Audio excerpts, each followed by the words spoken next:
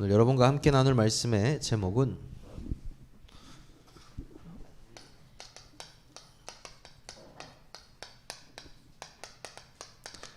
예수가 오셨다입니다.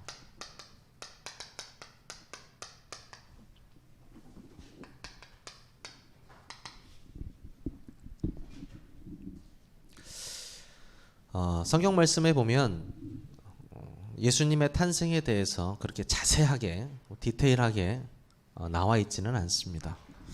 마태하고 누가 이 두 사람이 예수님의 탄생에 대해서 기록했죠. 참 드라마틱하게 오셨어요. 하지만 더 좋은 건 그 예수님께서 말씀대로 오시고 말씀대로 죽으셨다라는 사실이에요. 가장 중요한 부분이건데요. 여러분들이 그 유대인의 좀 결혼 풍습에 대해서 좀 아실 필요가 있는데요. 이 유대인이요, 이 결혼하기 전에 정혼이라는 걸 합니다. 정혼. 그래서 양가 부모님이 이제 결혼하기로 했다 그러면 미리 같이 만나서 이제 정혼을 하는 거죠. 우리나라나 우리 방식으로 하면 약혼식인데 이 유대에서는요, 좀 이 정혼이 굉장히 법적 효력이 있어요. 굉장히 중요해요. 그래서 정혼을 했다 그러면 결혼을 이미 한 것처럼 법적으로 대우를 받습니다. 이 사람은 나 정혼했다 그러면 결혼했다라고 생각하는 거예요. 그렇죠? 근데 재밌는 거는 정혼을 했으면 이제 약혼하고 바로 결혼해야 되잖아요, 빨리. 근데 이스라엘은 그렇게 안 해요. 정혼을 딱 하면요, 이제 1년 동안 헤어집니다. 정혼을 해놓고 남자가 집으로 돌아가요. 그리고 1년 동안 뭘 하냐? 와이프 모실 준비를 해요. 집도 마련하고 이제 어떻게 살 건지 1년 동안 준비를 하는 거죠. 왜 제가 이 말씀을 왜 드리냐면 이 기간에, 이 정혼 1년 동안의 기간에 마리아가 배가 불러오기 시작하는 거죠. 배가 불러오는 거예요. 그럼 안 되잖아요. 왜냐? 남편을 만날 수가 없는데요. 남편을 만날 수가 없는데 배가 불러왔다는 건 뭐예요? 다른 사람하고 동침했다라는 거잖아요. 그러니까 이 요셉이 착한 사람이잖아요. 그래서 어떻게 해요? 조용히 끊으려고 했죠. 하지만 요셉의 꿈에 나타나서 그렇게 하지 마라, 성령으로 잉태되었다, 이렇게 말을 합니다. 참 드라마틱하죠. 근데 조금 더 붙여서 제가 말씀드리면 뭐 중요한 얘기는 아니지만 이 정혼을 보면은 1년 후에 남편이 와이프를 데리러 찾아가잖아요. 찾아갈 때 자기 친구들을 데리고 가요. 그러면 와이프 친구들도 언제 올지 모르니까 기다리고 있습니다. 기다리고 있어요. 근데 이 유대인은 결혼식을 언제 할까요? 저녁에 해요. 그래가지고 언제 올지 몰라. 그래서 뭐가 필요합니까? 이 부인들이 등이 필요해요. 등. 네. 신랑 대신 예수께서 다시 오실 때 등불 들고 나갈 준비 됐느냐. 찬송하시죠. 이 와이프가요 1년을 기다렸는데 이제 오는 날인데 밤에 등불이 없으면 되겠습니까? 근데 언제 올지 몰라. 일부러 남자들이 어떻게 오냐, 1년 딱 맞춰서 오지 않고 며칠 있다 온대요. 그러니까 언제 올지 불시에 오는 거죠. 그러면 신부 친구들하고 등불을 가지고 있고 기름도 넉넉하게 가지고 있어야 된다는 거죠. 예수님의 열처녀 비유 아시죠? 그거 말씀하신 거예요. 이 정혼을 두고.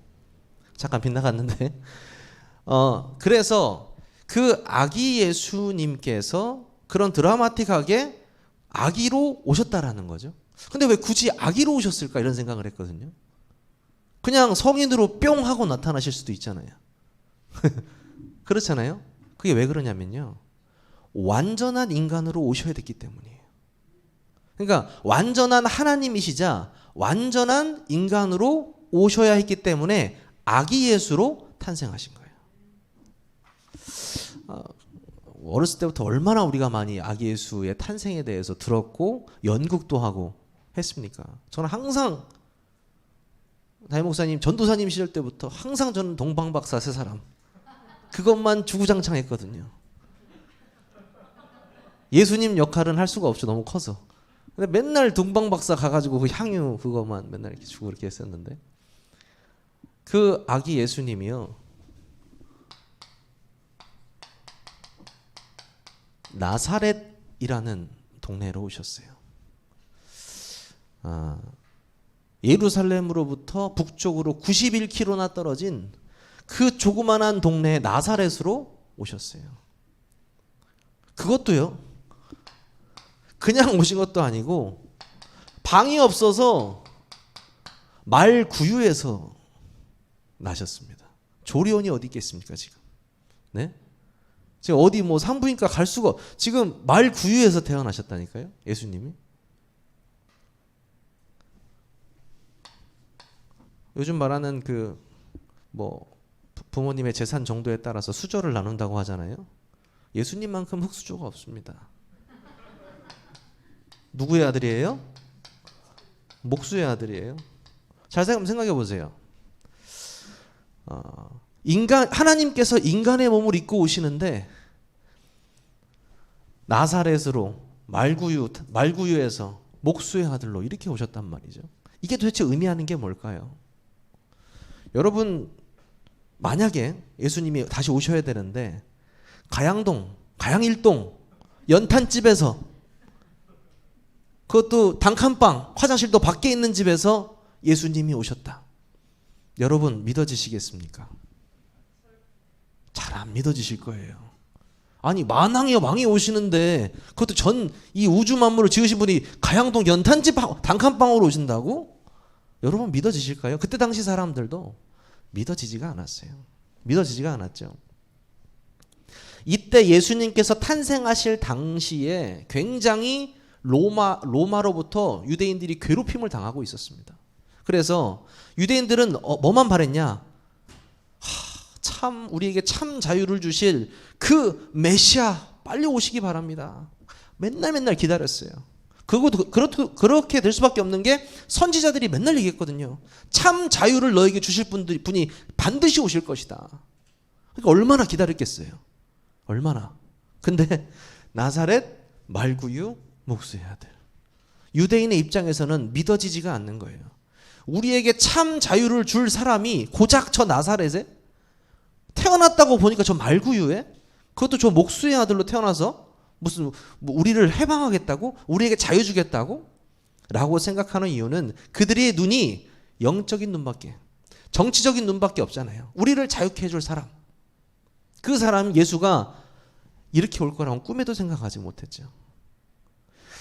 그분은요, 만왕의 왕으로 오셔서 이 땅에 정말 어떻게 보면 최고의 선물로 오신 거죠. 그렇죠? 예수님께서는요. 그게 바로 성탄절입니다. 그 예수님께서 오신 이유가요. 그래서 우리는 그 성탄절이 우리에게는 너무나 뜻깊고 너무나 행복한 날이에요. 그죠? 필리핀에서는 10월 말에서 11월 달부터 크리스마스를 준비합니다. 눈도 안 와요. 다 반팔 입고 메리아스 입고 울통 벗고 트리를 막 하고 그래요. 네. 한 달 동안 크리스마스 축제를 즐깁니다. 그리스도의 참된 의미, 아기 예수가 이 땅에 오신 이유에 대해서 알지 못하고 그냥 크리스마스를 즐겨요. 지금 이 지구에 이 크리스마스 때문에 아마 수많은 일들이 벌어지고 있을 겁니다. 뭐 영국으로 가도 영국에도 알잖아요. 뭐 엄청 어마어마한 트리, 또 먹을 거, 행사, 이 크리스마스를 통해서.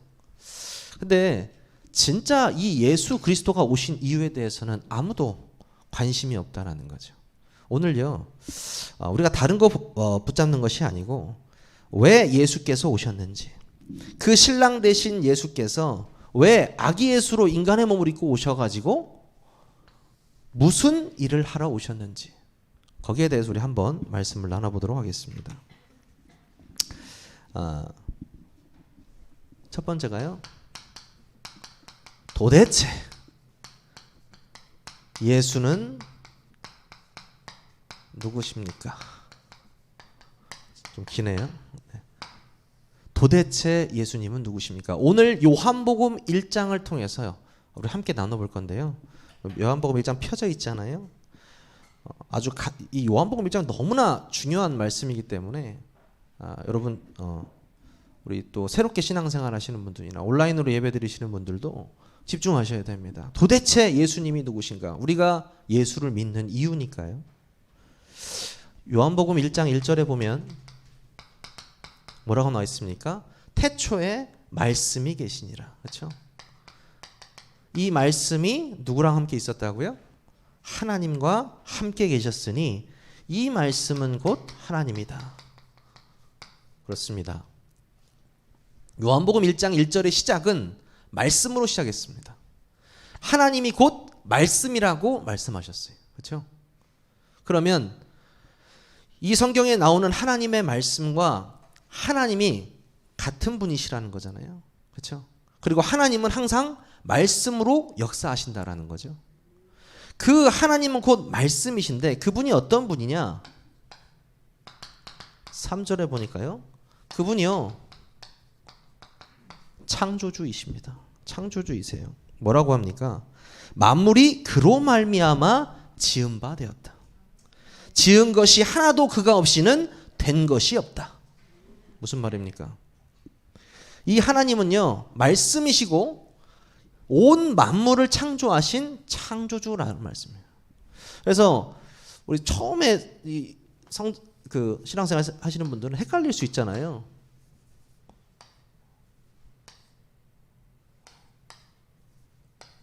이게 성부 하나님이 계시고 성자 예수 그리스도 성령 이렇게 삼위일체 하나님을 말하잖아요. 이 삼위일체는 왜 한 분인데 세 분이냐? 이분은요 하시는 일로 구분은 돼요. 하시는 일. 하나님의 말씀으로 세상을 창조하시고 이 세상을 다스리시고 이 세상을 통치하시는 성부 하나님. 그렇죠? 이 하나님 성자 예수 그리스도 이 땅에 인간의 몸을 입고 오신 분, 이 아기 예수를 말하는 거죠. 이 예수님이요 요한복음 1장 1절에는 말씀이라 하시고 3절에는 창조주라 하시는 거예요. 그리고 3번에 보면 요한복음 1장 4절 4절에는 뭐라고 하냐? 생명이라고 말하고 있습니다. 생명. 그 안에 생명이 있었으니 이렇게 말하고 있죠. 이 생명은 뭐라고요? 사람들의 빛이라. 계속 예수에 대해서 말하고 있어요. 그 예수님이 말씀과 함께 계셨고 즉 하나님이시고 그리고 창조주이시며 생명이시고 빛이시다. 요한복음 1장을 제대로 본다면요. 예수님이 누구인지 정확하게 알 수 있어요. 이 11절에 보니까요.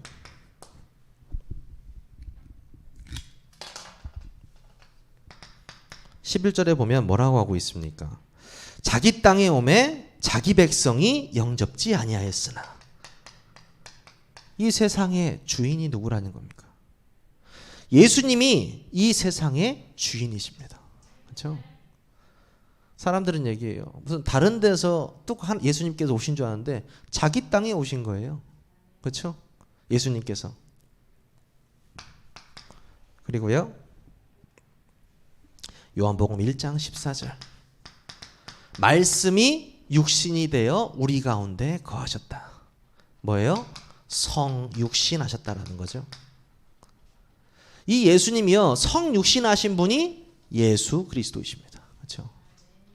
그 하나님께서 독생자 예수 그리스도를 보내주시고 그 예수 그리스도를 통해서 모든 인류의 구원을 이루려고 오신 겁니다. 그래서 예수가 오신 것이 우리에게는 축복이요. 우리는 왜 우리가 축하해야 되고 감사해야 되는 겁니까? 그 이유가 이 죄를 해결하러 오실 분이기 때문이에요. 희생제물로. 그렇죠?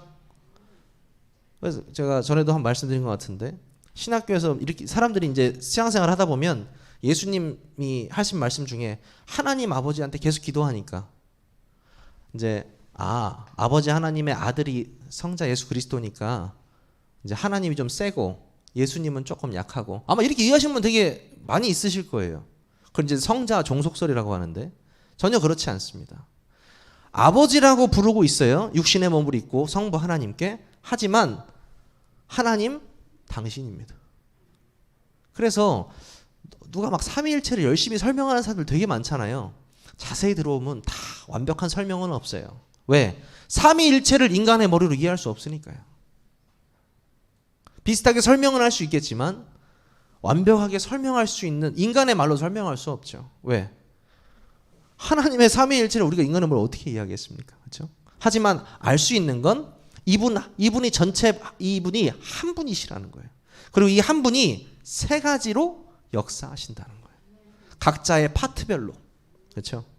그래서 이 성육신하신 예수 그리스도, 성부 하나님께서 성육신하신 예수 그리스도께서 오신 그 날이 바로 성탄절입니다. 우리는 그 날을 축하하는 겁니다. 그렇죠? 17절에 보니까요. 17절에 보니까 뭐라고 하시냐? 율법은 모세로 말미암아 주어진 것이요 은혜와 진리는 예수 그리스도로 말미암아 온 것이니라. 뭐예요? 이 예수 그리스도가요 은혜와 진리 되십니다. 이분이 오신 것 자체가 우리에게 은혜예요. 그리고 이분 자체가 진리입니다. 예수를 말하는 걸 별로 안 좋아하더라고요, 사람들이. 기독교인한테도 제가 그래서 뭐 예전에 예수쟁이라는 말도 있었잖아요. 아니 예수님을 믿는 사람한테 예수를 말하는데도 어색해하는 사람들 되게 많아요. 참 웃기죠. 사단 얘기하면 더 어색해하고 예수 믿는 사람한테 예수 얘기하는데 어색해해요. 와, 이거 참 세상이 어떻게 돌아가는지 모르겠어요. 예수 나오면은 우리는 뜨거워져야 돼요. 가슴이 뜨거워요. 체험 얘기하는 거 아닙니다. 그 복음의 말씀 때문에 감사해서. 그렇죠? 그 복음의 내용을 우리가 알고 있으니까, 우리에게 한없는 은혜와 진리 되시기 때문에. 요한복음 1장 29절에 보니까요, 뭐라고 하고 있습니까? 보라, 세상 죄를 지고 가는 하나님의 어린 양이로다. 모든 언약과 말씀에 성취자로 오셨습니다. 성취자. 구약의 모든 말씀이 이 예수 그리스도, 아기 예수로 오신 예수 그리스도로 다 초점이 맞춰져 있어요. 뭡니까? 창세기 3장 15절. 그렇죠? 여자의 후손으로 오실 것이다. 방주는 누굴 표현하고 있습니까? 예수 그리스도의 구원을 말하고 있잖아요. 그렇죠? 그리스도 대신 예수, 그 방주, 도피성. 그렇죠? 네? 계속 말하는 게 뭡니까? 모든 구약은요 다 예수 그리스도를 예표하고 있어요. 그렇죠? 그 예수 그리스도가 오신 그 날부터 신약이 시작된 겁니다. 너무나 감사한 일이죠. 그래서 그 말씀이 전부 다 성취되는 성취자로 오셨다. 심지어 다윗의 자손으로 오셨고요. 그렇죠? 동정녀 마리아에게 오셨고요. 요한복음 1장 41절에 보면, 41절에 보니까요, 방금 말씀드린 것처럼 메시아로, 메시아는 그리스도랑 똑같은 말이죠. 메시아로 오셨다. 와보라, 우리가 메시아를 만났다. 번역하면 그리스도라. 앞에 것 다 잊어도 되죠. 이제 하나만 깨달으면 돼요. 이분이 그리스도라는 것이다. 다 잊으셔도 돼요. 이분이, 예수가 그리스도로 오셨다. 그 그리스도의 세 가지 참된 직분, 참 선지자, 참 제사장, 참 왕의 직분을 감당하시고 죽으시고 우리를 깨끗게 하기 위해서 오셨다. 그게 예수님이 오신 목적이고, 왜 이분이 예수여야만 하는가에 대한 답입니다. 그렇죠? 그리고요, 요한복음 1장 49절에 보면 만왕의 왕으로 오셨습니다. 만왕의 왕, 왕 중에 왕이라는 말이죠. 요한복음 1장 51절. 예수 그리스도는요 중보자로 오셨습니다. 또 이르시되 진실로 진실로 너희에게 이르노니 하늘이 열리고 하나님의 사자들이 인자 위에 오르락내리락 하는 것을 보리라 하시니라. 하늘과 땅을 다시 이어줄 그 유일한 사람, 유일한 하나님, 바로 성자 예수 그리스도인 줄 믿으시기 바랍니다. 그 예수님이 오셨기 때문에 온 인류가 지금 행복한 거예요, 사실. 근데 그 이유를 알고 행복해야겠죠. 이 요한복음 이 1장이잖아요. 이 요한복음 1장이 믿어지지 않으면 사실 사는 게요 굉장히 힘듭니다. 문제투성이에요. 요한복음만 봐도 나와 있습니다. 누가 있을까요? 요한복음의 3장에 보면 누굽니까? 니고데모죠. 네. 이 예수가 누구시고 진짜 이 성삼위 하나님이 누구신지를 깨달았다면 할 수 없는 질문을 니고데모는 하고 있습니다. 그렇죠? 어떻게 구원받느냐고. 요한복음 1장을 전혀 모르는 거죠. 거듭나야 된다. 어머니 뱃속으로 다시 들어갔다 나와야 되는 것입니까? 전혀 영적으로 알아듣지 못하는 니고데모. 니고데모만 있습니까? 수가성여인. 4장에는요.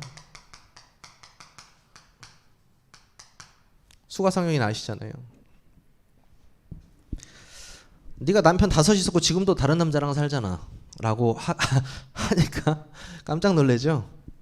여인이. 그 영적인 문제의 굴레에서 절대로 벗어날 수 없는 그 인간의 그 영적인 문제에 절대 쳇바퀴에 돌고 사는 거거든요. 이걸 완전히 깨부시려고 오신 거예요, 예수님께서. 정말이에요. 완전히 그 영적인 문제의 틀을 깨버리시려고. 내 근본이 바뀌면서 나의 가문에 있던 내 개인에 있던 문제들이 같이 박살나는 거거든요. 그 그리스도 때문에. 그래서 예수가 오신 거죠. 이런 영적으로 무지한 사람 때문에도 오셨고요. 5장에 보면요. 5장에 보면 베데스다 연못.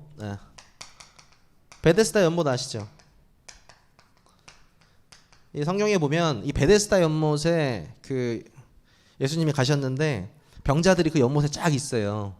뭐 아픈 사람들 다 있어요. 뭐 안전병이 뭐 눈안 분 다 앉아가지고 왜 앉아 있냐 물어보니까 뭐라고 하냐면 여기 있으면 물이 돌 때가 있대요. 천사가 와가지고 물을 돌린다네. 그래서 그때 딱 이렇게 물때에 맞춰서 들어가면은 낫는다고 이제 소문 듣고 왔다 이거죠. 뭐예요? 미신이요, 미신. 미신에 쩌든 사람들. 예수님이 나오라고 그래요. 나오라 해서 고쳐주십니다. 참 예수님도 대단하세요. 그냥 지나가시면 되는데 고쳐주세요. 그런 미신에 빠진 사람들. 6장에 뭡니까? 오병이어 기적이요. 네. 완전히 기복신앙이죠. 네. 아직도 우리 청년 중에는 기복신앙이 이 기복이 심한 기복신앙이라고 알고 있는 친구들이 있더라고요. 기복이 심한 뭐 그런 신앙도 많이 있습니다. 기복신앙을 기복이 심한 신앙 있다고. 아니요. 복을 기리는 신앙. 네. 저 원사님 너무 웃으시는데. 복을 기리는 신앙이 기복신앙입니다. 네. 근데 이 기복신앙도 좋은 건 아니에요. 업다운 신앙도. 네. 근데 그 오병이요. 먹는 것만 쫓아가는 그 신앙 있잖아요. 그래서 먹는 게 없어지면 어때요? 후두두두두두 다 떨어져 나가는 그런 신앙. 요한복음 1장이 안 된 신앙들이에요. 다. 요한복음 1장이 안 된 신앙들. 똑같아요. 7장에서도 예수님의 제자들도 똑같아요. 안 되는 건 안 되는 거죠. 1장이 제대로 각인뿌리 체질이 안 되니까요. 육신적인 기준으로 가는 것입니다. 8장 9장은요. 뭐가 있습니까? 여기는요. 율법주의. 이거 무섭죠. 율법주의.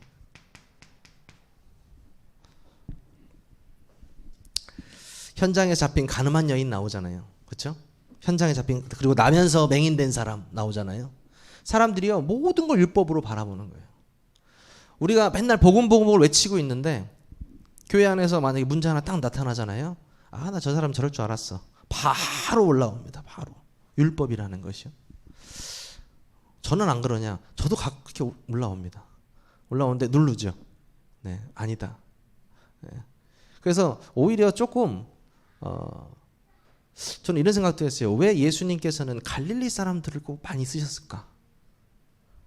꼭 약해서만 쓰셨을까? 아니에요. 그 사람들이 자기를 알아요. 그래서 쓰신 거예요. 역사가 일어나도 자기를 알아요. 이거 내가 한 게 아니라는 걸 알아요. 문제가 있어도 하나님 탓이 아니라는 걸 알아요. 왜? 아무것도 없어요. 갈릴리 사람들. 진짜 아는 거예요.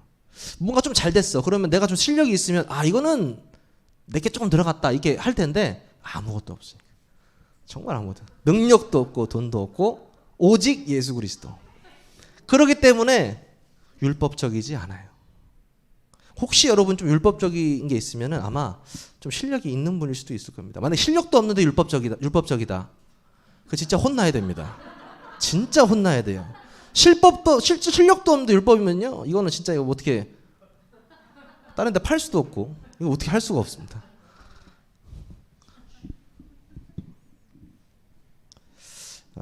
10장에 보면 삭군 목자를 만나죠. 삭군, 유명한 얘기죠. 8번에는 마르다의 신앙. 이 마르다의 신앙은 사실 교리적 신앙을 얘기하는 거예요. 교리적 신앙. 진짜 믿음의 신앙이 아니었는데 나중에 변화되죠. 그래서 또 가룟 유다 12장에 가룟 유다. 결국엔 예수님을 배반하죠. 배반합니다. 그리고 13장에 배교하죠. 배교는 배신했다는 건 똑같은 말이에요. 완전히 자기가 믿는 믿음에서 나왔다라는 얘기거든요. 배교. 12장, 11장. 지금 보시면요. 요한복음 안에서에 있는 문제들만 제가 이렇게 적었는데 사실 이 문제들이 전부 다 예수님을 만나고 뭐가 됐냐면 응답으로 바뀌었거든요. 전부 다 응답으로 바뀌어요. 근데 너무 웃긴 거는 이 문제가 여기서부터 출발됐다는 거예요. 요한복음 1장이 확실하게 정립이 안 됐기 때문에 왔던 문제들 다 보여주시는 거거든요. 참 요한 대단해요. 사도가 대단한 것 같아요. 그 순서에 맞게 정확하게 기록하고 있거든요. 그래서 이 문제를 보면서 우리는 다시 한번 결론 내야 되는 건 뭐냐. 복음으로 결론 내라. 그리스도로 결론 내라. 그것도 요한복음에 나와 있습니다. 이 복음으로 결론 난 사람들. 그렇죠? 복음으로 결론 난 사람들. 요한복음 14장. 보죠. 요한복음 14장. 요한복음 14장에 보면요. 1절에 나오죠. 너희는 마음에 근심하지 말라. 하나님을 믿으니 또 나를 믿으라. 이게 바로 나오잖아요. 이 언약 가진 사람은요. 근심할 필요가 없다는 거예요. 하나님을 믿으니 또 나를 믿으라. 그렇죠? 참 믿음의 대상이 하나님 자신이고 예수님이라는 사실이고요. 2절 3절에 보니까 내가 너희를 위하여 처소를 예비하러 가노니 뭐예요? 우리의 미래를 완전히 보장하셨다. 내가 곧 길이요 진리요 생명이니 6절이죠. 뭔 말입니까? 예수 그리스도만이 하나님을 만나는 유일한 길 되신다. 그렇죠? 본인 그분께서 말씀하셨습니다. 내 이름으로 무엇이든지 내게 구하면 내가 행하리라. 13절 14절이죠. 그렇죠? 기도하면 응답받는다는 거죠. 그리고 16절 17절에 보면은요. 보혜사 성령님에 대한 말씀 나오잖아요. 그렇죠? 벌써부터 성령님이 계속 말씀하세요. 계속 내가 아버지께 구하겠으니 그가 또 다른 보혜사를 너희에게 주사. 그렇죠? 영원토록 너희와 함께. 이게 중요합니다. 한 번 성령께서 예수님께서 성령 주사 그 성령이 내 안에 거하신 다음에 영원히 함께. 영원히 함께. 제 말이 아니에요. 예수님 말씀이에요. 예수님께서 하신 말씀입니다. 그리고 또 말씀하시잖아요. 그가 무슨 영이라고요? 진리의 영이라. 이렇게 말씀하시잖아요. 그러니까 다시 나오는 거죠. 길이요 진리요 생명 되시고요. 진리의 영 되시는 거예요. 그렇죠? 그 성부, 성자, 성령 이거를요. 우리는 393에서 3이라고 하잖아요. 그렇죠? 그냥 393 기도 393 무슨 뭐 남녀 호랑기교 이렇게 하시면 안 돼요. 절대 이것도 하시면 안 됩니다. 간혹 보면 뭐 393 기도 393 기도 막 이렇게 큰일 납니다. 아니 393의 내용을 알고 정확하게 묵상하면서 기도해야죠. 남녀 호랑기교 지묘가 아니에요, 여러분. 그래서 제가 이번 주 기도도 제가 이렇게 하나 기도를 너무 안 하시길래 우리 사역자 모임에서 나와서 기도를 제가 뽑아왔습니다. 네. 이 정도면요, 저기 말을 냇가로 데려간 거예요. 먹으시기만 하면 돼요. 먹으시기만. 네. 기도를 워낙 안 하시니까. 네. 기도가 시작이자 끝입니다. 여러분, 기도하셔야 됩니다. 요한복음 14장에 복음 가진 사람의 말씀을 주셨고요. 자, 26절, 27절에도 성령께서 완전히 인도하신다. 15장은 뭐라고 나와 있습니까? 제가 쓸 데가 없어서. 요한복음 15장은요. 너희는 포도나무고 나는 포도나무요 너희는 가지다 이렇게 말씀하시죠. 가지가 포도나무에 붙어 있기만 하면 열매를 맺습니다. 그게 요한복음 1장이 된 사람들이 자연스럽게 누려지는 축복들인 것입니다. 요한복음 16장은 뭘 말하고 있나요? 요한복음 16장은요. 어떤 상황 속에서도 망하지 않고 승리한다는 걸 말하고 있어요. 33절에 보니까 이것을 너희에게 이르는 것은 너희로 내 안에서 평안을 누리게 하려 함이라. 세상에서는 너희가 환난을 당하라 담대하라 내가 세상을 이기었노라. 와, 저거 하나 딱 깨달았는데 모르면 이렇게 되고요. 그냥 알고 믿었기만 했는데 이 축복이 계속 오는 거예요. 평화를 주시고 응답을 주시고 성령을 주시고 계속 주시는 거죠. 17장에 또 뭐라고 합니까? 17장 영생을 주신다. 영생은 곧 유일하신 참 하나님과 그가 보내신 자 예수 그리스도를 아는 것이다. 하나님과 예수 그리스도를 아는 것, 그것이 뭐라고요? 영생이라고 하고 있습니다. 누구나 영원한 생명을 꿈꾸잖아요. 없다고 믿는 사람도 있잖아요. 하지만 이미 우리는 영생을 소유했습니다. 왜요? 예수 그리스도 때문에. 그리고 19장에서 뭡니까? 다 이루었다. 그렇죠? 다 이루었다. 예수 그리스도께서 신포도주를 받으신 후에 다 이루었다 이렇게 말씀하셨습니다. 그리고 20장에 그가 부활하신 증거, 부활하셨죠. 그 그리스도란 증거로 부활하시고 지금 살아계신 것을 증거하셨습니다. 무엇으로요? 성령으로.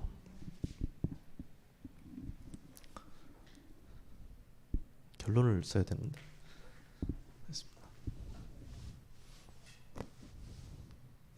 자, 오늘 강단에 설 때마다 사역자들은 예수만 얘기해야 되죠. 그리고 그리스도만 얘기해야 되죠. 다시 말해서 복음만 이야기해야 됩니다. 그죠? 꼭 성탄절이어서 우리가 예수 그리스도를 말하느냐? 그게 아니고요. 우리가 평생 말해야 될 게 바로 이거예요. 그렇죠? 만나는 모든 사람에게 전달해야 될 게 이것입니다. 그 예수가 누구십니까? 여기서부터 출발해야 되죠. 그래서 기존 신자를 만나든 새 신자를 만나든 저는 항상 이 예수 믿는 게 무엇이냐부터 말하거든요. 사람들이 믿는 게 예수가 도대체 뭐냐? 그거부터 말하는데요. 여러분이 그걸 가장 잘 전달했던 사람이 사도 바울이잖아요. 그렇죠? 가는 곳마다 내가 만난 예수 그리스도, 그의 십자가의 죽으심과 부활하심, 내가 그거 외에는 말하지 않겠다 라고 말할 정도로 여러분이 그 응답을 누리시기 바랍니다. 그렇다면요, 오늘의 결론은요, 이 예수 그리스도, 어마어마한 예수 그리스도를 어떻게 하면 제가 누릴 수 있겠습니까? 성경은 요한복음에 아주 또 간단하게 말하고 있습니다. 영접하는 자, 곧 그 이름을 믿는 자들에게는 하나님의 자녀가 되는 권세를 주셨으니.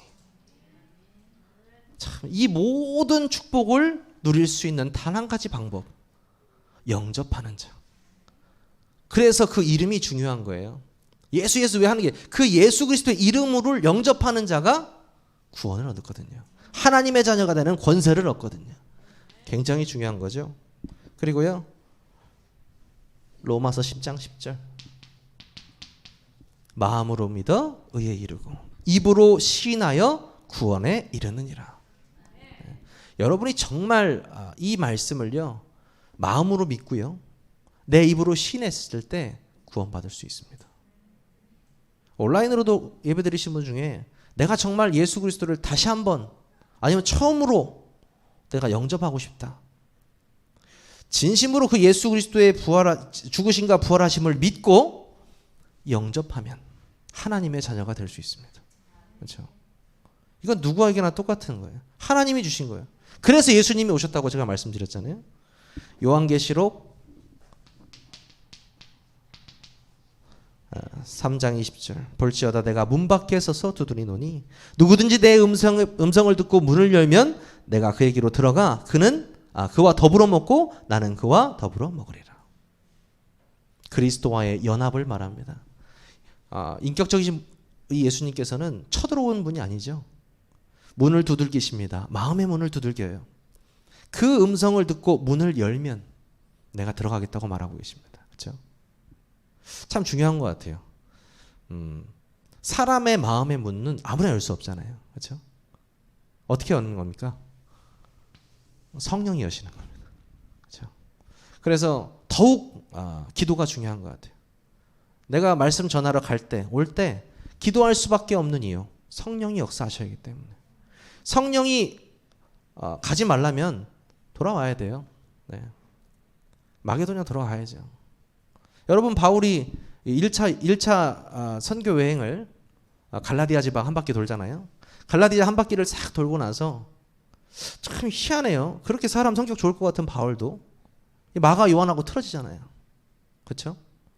근데 왜 틀어지냐고. 원네스가 왜 안 되냐고. 우리 같으면 지금 다락방 멤버들 이 원네스 바울 원네스 진짜 안 되네 이 사람 이거. 그 친한 바나바하고도 틀어지면서 바나바하고 마가 요한이 딴 데로 가불고 신라를 데리고 이제 2차 여행을 가죠. 근데 그 헤어졌기 때문에 그 2차 여행을 유럽으로 간 거 아니에요. 빌립보, 데살로니가 그런데 또 어떻게 간 거예요? 그렇게 됐으니까 간 거예요. 그 트러블조차도 하나님 계획이었다는 거예요. 그렇죠? 저 그 사건을 보면서 안 갔으면 어떻게 할 뻔했어요. 3차 여행도 사실 그 2차 여행 갔던 세웠던 교회들을 든든하기 위해서 했던 건데 또 하나님께서 새로운 길들을 열어주시잖아요. 그렇죠? 제가 이번에 그 말씀 운동 하는 친구한테 이런 얘기를 했습니다. 그 로마에 가면 그 바울의 무덤이 있습니다. 바울의 무덤이 있는데 새 분수 수도원이라고 있어요. 그래서 비석도 세워져 있고 비석이 아니고 그 사람 죽일 때 쓰는 그 뭐라고 하죠? 단두대 그대로 남아 있고 거기서 이제 바울의 목이 잘려서 3번 튄 자리에 물이 3개가 솟구쳐 올랐다 해서 이제 새 분수 수도원인데 거기에 이제 바울이 포박해 있던 감옥도 있고요. 전 세계 사람들이 로마를 얼마나 많이 가는 줄 아세요? 가서 그 어마어마한 콜로세움, 베드로 성당 엄청나게 봅니다. 사진 찍고 난리도 아니에요. 근데 그 바울이 죽었던 곳에 하루에 10명도 안 온대요. 10명도 안 온대요. 그래서 제가 청년들한테 얘기했어요. 우리가 로마에 한번 가야 되지 않겠냐? 왜요? 로마에 가야 되지 않겠냐? 우리 믿음의 선진이었던 그 사도 바울이 마지막 복음을 증거하고 죽었던 그 장소에서 우리가 한번 예배해야 되지 않겠냐? 목사님 새벽기도는 거기서 인터넷으로 송출해가지고 새벽기도 하면 돼. 왜 안 돼요? 되잖아요. 네, 거기서 제가 송출해가지고 새벽기도 하면 되죠. 저기 죽었던 곳에서. 예. 거기를 꼭 가야 세계복음화 되냐 그런 말이 아니고요. 다르다고요. 다가오는 게 달라요. 그 바울이 정말 복음 증거하다가 마지막 숨을 다했던. 참 근데 멋있지 않아요? 멋있죠. 왜 멋있는 줄 아세요? 죽어서도 자기가 나타나지 않잖아요. 10명도 안 찾아온다니까요. 인생 자체가 멋있어. 어떻게 죽어서도 그렇게 멋있어. 그죠?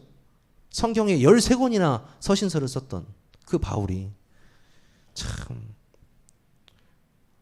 세상 사람들이 보면 저주받았다고 생각할 겁니다. 목이 잘려서 3번 튕겼다고 하니까.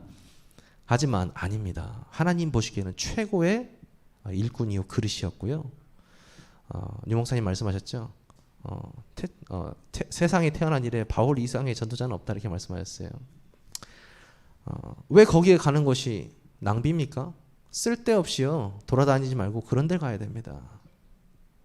초대교회가 숨어서 예배드렸던 그 카타콤 잘못 들어가면 나오지도 못한대요. 길을 헤매다가 거기 가서 예배 드리는 거죠. 네, 여러분 통장 만드시기 바랍니다. 네, 만드셔서 로마도 보아야 하리라. 네. 아멘이 별로 안 나오시네요. 제가 가고 싶어서 그래요. 네, 제가 가고 싶어서. 이 말씀들이 다 성취되고 진짜 전도가 시작되고 전도 운동이 흥왕했던, 그리고 자신은 사라졌던 그 멋진 전도 운동이 세계로 교회에서 일어나게 될 것입니다. 에베소서 2장 8절 마지막이죠. 에베소서 2장 8절. 너희는 그 은혜에 의하여 믿음으로 말미암아 구원을 받았으니 이것은 너희에게서 난 것이 아니요 하나님의 선물이라. 내가 잘해서 이 요한복음 1장이 믿어진 게 하나도 없습니다. 하나님이 은혜 주셔서 믿어졌습니다.